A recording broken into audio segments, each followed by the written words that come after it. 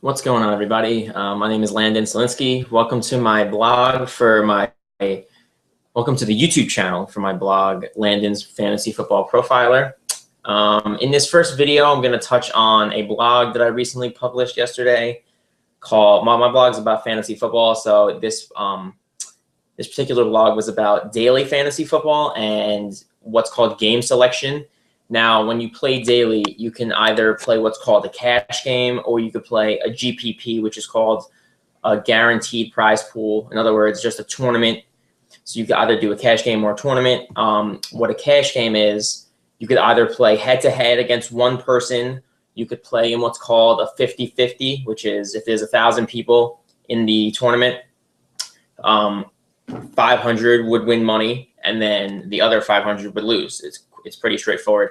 Then finally, we have what's called a double up, which is, let's just say there's 1,000 people in it. This is where 45% of the field would get money, except you double your money instead of a 50-50 where you win 80% back because the website has to take 20% of the money because that's just the way they operate. So in a double up, if there's 1,000 people, 450 would win would double their money, and the other however many would just lose. Those are for cash games. Cash games are more profitable than tournaments because tournaments, there's much larger fields and a very small percentage win money. Maybe the top 20% are usually, and it's very top heavy. So the top 10 pretty much win like half the money in the entire tournament. Just to give an example, the NFL during football season, they run what's called a millionaire maker every week, DraftKings. And there's usually about 200,000 people that enter, and first place wins $1 million. But the top 10 win about 40% of all the money in the entire field. So like second place would be like 100,000 and so on and so forth. So it's really hard to beat out. It's hard enough to beat out one person, let alone beat out, 200,000 people. But anyway, I just wanted to give you a little like insight onto the different types of games you can play when you're playing daily fantasy football. So now let's actually get into when you actually start playing. And this is in the next blog I'll be publishing, is called Cash Game Theory or something along those lines. It's how you select your roster. This is for football when you're playing a cash game.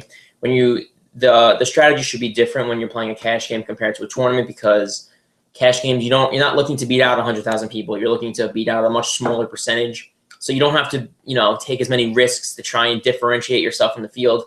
You just have to make sure that you're going through the right process and you're making the correct selections for your roster for that given week. Just to give an example, like a quarterback, you're choosing your cash game quarterback. I always look at the Vegas lines. Vegas knows a lot more than we do about sports. They're not in business to lose money. So they say set a line for the game, the point spread, the point total for the game. So what you like to do is you look.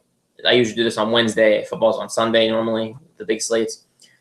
I look on Wednesday or so, look at all the lines, see which game has the highest projected over-under, and then I would look to maybe select a quarterback from one of those games.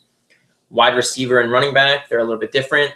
It's all about volume and opportunity.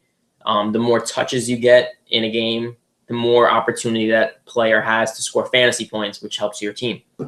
So I normally look at targets for wide receivers, and for running backs, I look at how many carries they're projected to get for that given week, and so on and so forth. Then you also pick a team defense. That's a little bit more confusing, but I use the Vegas lines as well for that. Anyway, I just wanted to give you guys a little insight. This is my first video. I highly recommend getting down on some daily fantasy football this year. It starts when football season starts. Well, you could do about starts. They actually have preseason starting in August, but the regular season starts like the second week of September.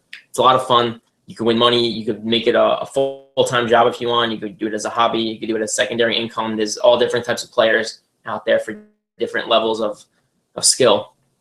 So anyway, I hope you guys learned something from this and enjoyed this little 5-minute snippet or however long I'm sitting here. Sorry that I'm in my kitchen.